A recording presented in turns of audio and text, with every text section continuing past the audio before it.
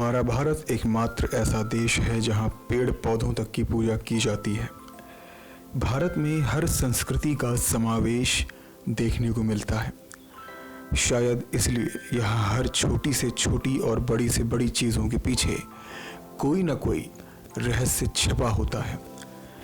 आज मैं जिसकी बात कर रहा हूँ वो एक वृक्ष है, पर उसके लिए कहा जाता है कि सृष्टि के प्रलय के बाद भी सिर्फ पृथ्वी पर यही वृक्ष जीवित अवस्था में रहता है। उस वृक्ष को कहते हैं वट वृक्ष। वट वृक्ष के बारे में कहते हैं कि इस वृक्ष में त्रिदेवों का वास होता है। तो आइए जानते हैं वट वृक्ष के पौराणिक और वैज्ञानिक महत्व के बारे में। वट वृक्ष एक दीर्घजीवी वृक्ष है। यक्षों के राजा मणिभद्र से वट वृक्ष उत्पन्न हुआ। ऐसा मानते हैं कि इसके पूजन से और इसके जड़ में जल देने से पुण्य की प्राप्ति होती है।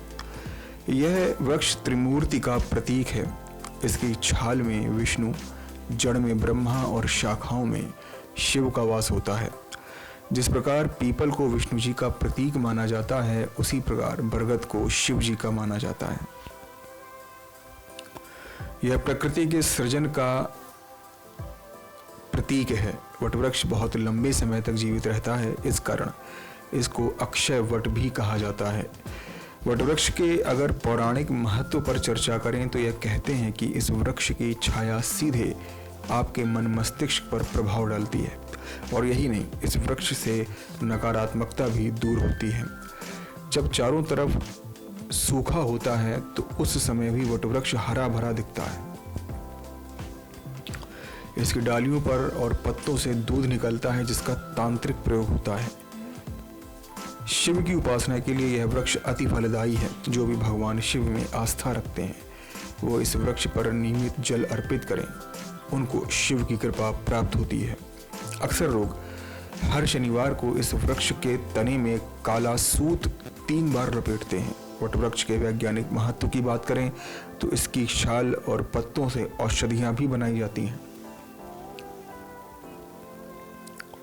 वैज्ञानिकों के अनुसार इसकी पत्तियां 1 घंटे में 5 मिलीलीटर ऑक्सीजन बनाती हैं। इसलिए जिस पेड़ में ज़्यादा पत्तियां होती हैं वह पेड़ सबसे ज़्यादा ऑक्सीजन बनाता है। बरगद, बांस, नीम और तुलसी के पेड़ अधिक मात्रा में ऑक्सीजन देते हैं।